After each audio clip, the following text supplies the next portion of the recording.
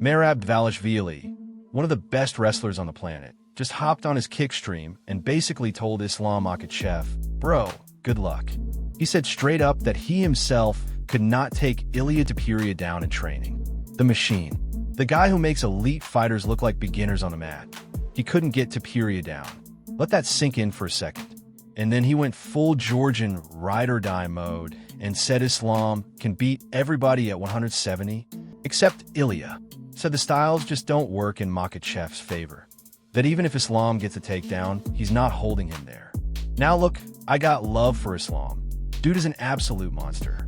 But when the guy who literally trains with Topuria, who has felt those hips firsthand, comes out and says it's impossible, that ain't just hype talk. That's a scouting report. Islam fans are going to be pressed in the comments. I already know, but facts don't care about your feelings.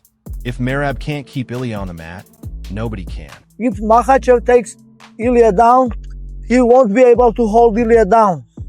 That's the thing. Makhachev is a great fighter. I think he can beat everybody in 170, but except ILIA. Because style makes fight, and ILIA's style is gonna be worse for against Islam Makhachev. Islam Makhachev is one of the great and a very good guy. I have so much respect for him. But if they fight each other, I think ILIA is gonna win for sure. So Arman Tsarukyan just said the coldest thing I've heard this week. After his RAF 9 win, dude pulls up to the media scrum and goes, "It's better for Topuria to fight Islam than me. Because if he loses to Islam, it's okay, he moved up a weight class. But if he loses to me at 155, he's gonna be gone." Bro, that is not trash talk. That is a threat wrapped in logic. And honestly, he's not wrong. Losing to the pound-for-pound king at 170 is like a badge of honor. But getting finished at lightweight by Tsarukyan, that destroys the whole narrative, the undefeated run, the double champ dream, all of it cooked. And the wild part is Arman's saying this almost as a favor to ILIA, like, please go fight Islam, bro, for your own sake. That's a different level of confidence right there. When your biggest rival is basically begging you not to fight him, that tells you everything. Maybe the end of the year we get you back in there. What are you thinking in terms of getting back in the octagon? Yeah, I'm waiting for the White House card when when they're gonna fight, and then they're gonna announce my next fight. So probably it's September, October, or it's at the end of this year. Depends who is gonna win. If it's ILIA, probably at the end of this year. If it's Gage, it's probably September, October.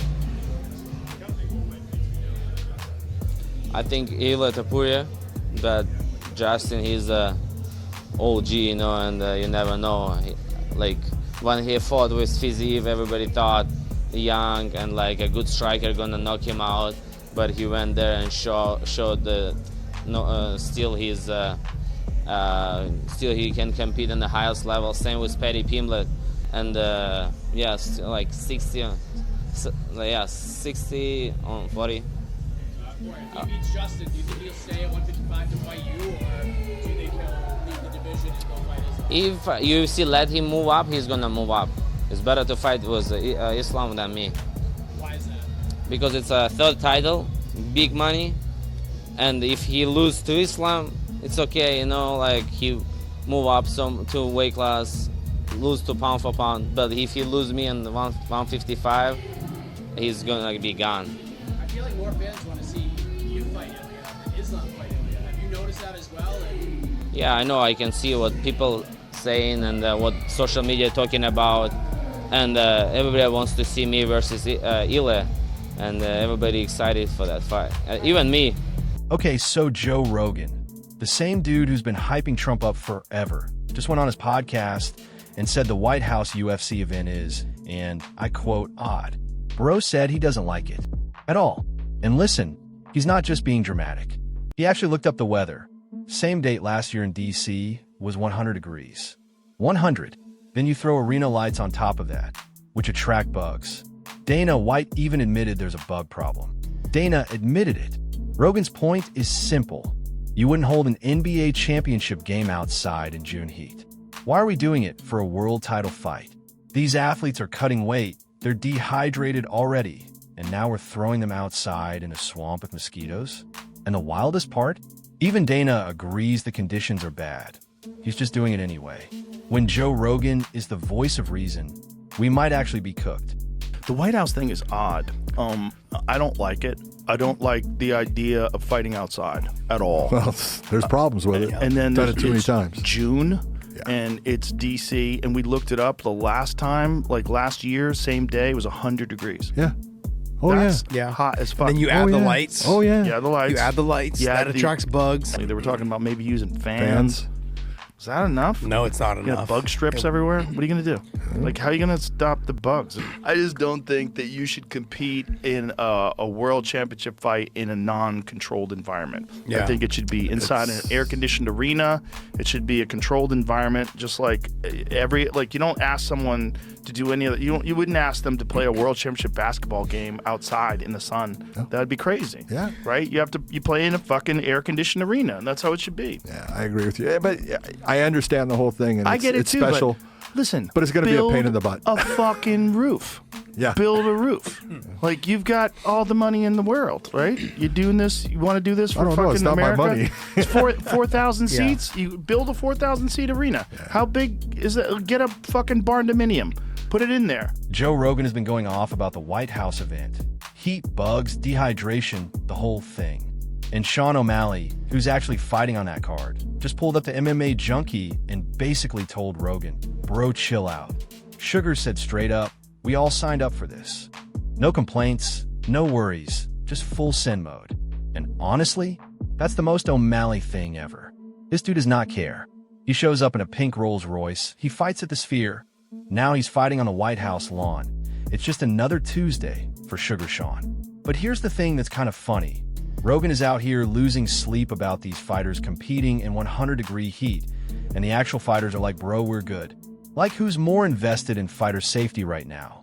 The commentator or the fighters themselves? Rogan's out here more worried about the bugs than the guys actually walking into the cage. Yeah, I mean, it's definitely, it's at the White House, so it's just, you know, you got to deal with whatever you got to deal with. That would suck to lose for lose because of a reason outside of your skill set. Like, it's, may the best man win. And if something plays a role because it's outside and it affects the fight somehow, that would suck. It's unfortunate, but none of us signed the contract thinking it was inside. You know what I mean? We all know it's outside. We all know what we're getting into. Maybe not to an extent. Like, we don't know what all is going to happen, but we all know it's going to be outside, and we're going to have to deal with, possibly deal with stuff. So we all signed it. Yeah, and I feel like for you is ILIA Topuria went on deep cut with Vic Blends and dropped his UFC Mount Rushmore. Jones, GSP, Connor, Anderson Silva. Said it like it was nothing. That's easy. And the internet immediately lost its mind because where's KHABIB? Like, bro, KHABIB went 29-0, finished everyone, never lost a round in the UFC, and Topuria just casually left him off. Zero hesitation. And keep in mind, Topuria is literally beefing with Islam Makhachev, KHABIB's guy, his protege. So this ain't just a GOAT debate. This is a message to the whole Dagestani camp. Clear as day. Now the Connor pick is going to make people mad too. Dude never defended a title. But honestly, Topuria putting Connor on there makes sense. They're cut from the same cloth. 2 division champs, same showman energy. But leaving KHABIB off completely? Right before the White House card? That's not an accident. That's a chess move. Topuria doesn't just knock people out. He gets in their heads before the fight even starts. Top 4 people that hold the spots on Mount Rushmore. Greatest of all time. John Jones. 1. George St. Pierre.